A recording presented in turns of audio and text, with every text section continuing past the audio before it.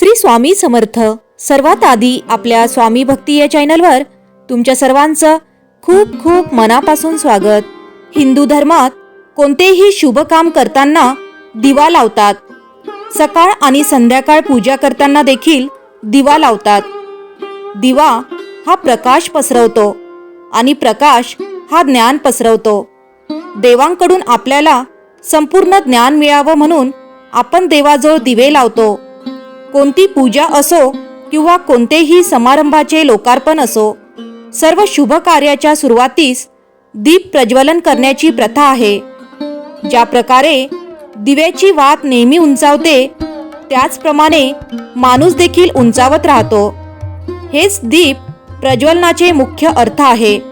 म्हणून सर्वांचे कल्याण हो अशी इच्छा बाळगणाऱ्या माणसाने दिवा लावताना दीपमंत्र आवर्जून म्हणावं। वास्तुशास्त्रात दिवा ठेवण्याच्या आणि त्याला लावण्यासंबंधी काही नियम सांगितले आहेत। दिव्याची वात कोणत्या दिशेने असावी या संदर्भात वास्तुशास्त्रात पुरेशी माहिती मिळते। वास्तुशास्त्रात हे देखील सांगितले आहे की दिव्याची वात कोणत्या दिशेला ठेवल्यावर त्याचा काय परिणाम होतो। नवरात्रात अखंड दिवा का तेवतात? कारण आपल्या हिंदू धर्मात नवरात्राला खूप महत्त्व आहे। आपण वर्षातून 2 वेळा देवीची उपासना करतो। नवरात्रीत देवी आईला प्रसन्न करण्यासाठी भाविक लोक घटस्थापना, अखंड दिवा, जागरण इत्यादी करतात। नवरात्राच्या 9 दिवसात आपण घरात घट स्थापन आणि अखंड दिवा लावतो। या अखंड दिव्याला न विझू देता तेवण्याचा नियम आहे। हा अखंड दिवा लावल्यावर आपण याला एकटे सोडू शकत नाही आणि त्याला विझू द्यायचे नसते। जर का हा दिवा विझला तर हे वाईट मानले आहे। नवरात्रात 9 दिवसापर्यंत देवी आईला प्रसन्न करण्यासाठी आणि इच्छित फळ मिळावे म्हणून यासाठी गाईचा साजूक तुपाने अखंड दिवा लावतात।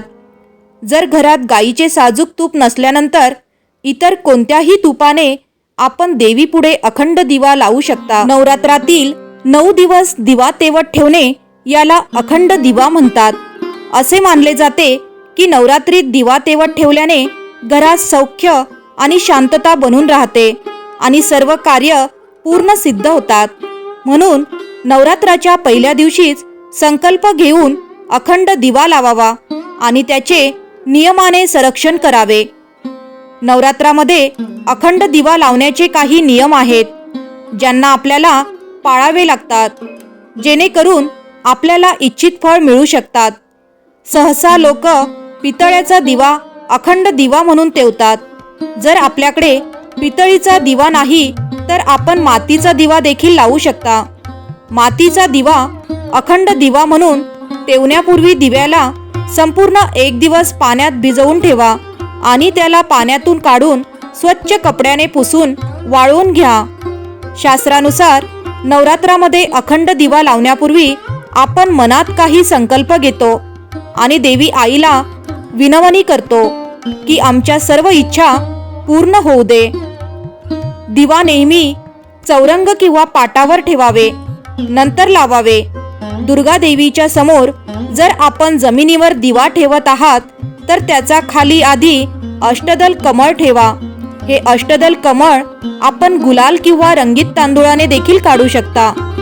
अखंड दिव्याची वात देखील महत्त्वाची असते।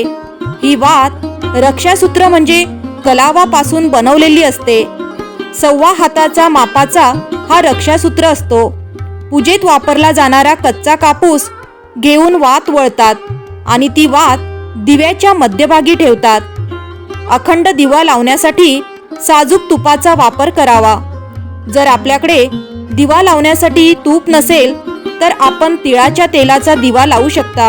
अखंड दिवा देवी आईच्या उजव्या बाजूस ठेवावे, पण जर दिवा तेलाचा असल्यास त्याला डाव्या बाजूस ठेवावे। दिव्याला वारं लागू नये म्हणून त्याच्यावर काचेचे झाकण ठेवावे। संकल्प पूर्ण झाल्यावर कधीही दिव्याला फुंकर मारून विझू नये। दिवा स्वतःच शांत होऊ द्या। ईशान्य कोण म्हणजे उत्तर पूर्व दिशा, याला देवी देवांचे स्थान मानतात। म्हणून अखंड दिवा पूर्व दक्षिण दिशा म्हणजे आग्नेय कोनात ठेवणे शुभ असतं. लक्षात ठेवा की पूजेच्या वेळी दिव्याचं तोंड पूर्वीकडे किंवा उत्तरेकडे असावं. अखंड दिवा तेवण्यापूर्वी हात जोडून श्री गणेश, देवी दुर्गा आणि भगवान शंकराची पूजा करावी. दिवा लावताना मनातल्या मनात आपल्या इच्छेबद्दल विचार करा आणि देवी आईला विनवणी करा की पूजेच्या सांगतासह माझ्या सर्व इच्छा पूर्ण व्हाव्या. अखंड दिवा लावताना हे मंत्र म्हणावे. ओम जयंती मंगला काली भद्रकाली कृपालिनी दुर्गा क्षमा शिवा धात्री स्वाहा स्वधा नमस्तुते. किंवा दीपज्योती परब्रह्मा दीपज्योती जनार्दनः दीपो हरति मे पापम संध्या दीपम नमस्तुते. दीपो ज्योती परब्रह्मा दीपो ज्योती जनार्दनः दीपो हरतु मे पापम संध्या दीप नमस्तुते. किंवा शुभम करोति कल्याणम आरोग्यम सुखसंपदा दुष्टबुद्धी विनाशाय च दीपज्योती नमस्तुते. शुभम करोति कल्याणम आरोग्यम धनसंपदा शत्रुबुद्धी विनाशाय दीपकाय नमस्तुते. नवरात्रामध्ये अखंड दिव्याची वात पूर्व दिशेला ठेवल्याने आयुष्य वाढतं. दिव्याची वात पश्चिम दिशेने ठेवल्याने दुःख वाढतं. दिव्याची वात उत्तर दिशेने केल्याने धनलाभ होतो आणि दिव्याची वात दक्षिण दिशेला केल्याने तोटा होतो. हा तोटा माणसाच्या किंवा धनाच्या रूपात देखील संभावतो. कोणत्याही शुभ काम करण्याच्या पूर्वी दिवा लावताना या मंत्राचे जप केल्याने त्वरित यश प्राप्ती होते. अखंड दिव्याची उष्णता दिव्यापासून सुमारे 4 बोटं जाणवली पाहिजे. असा दिवा भाग्याचं सूचक असतं. दिव्याची वात सोनेरी असावी, ज्यामुळे आपल्या जीवनात धनधान्य अफाट मिळते आणि व्यवसायात प्रगती होते. जर अखंड वात विनाकारणास्तव स्वतःच विझल्यास घरात आर्थिक संकटे येण्याची शक्यता असते.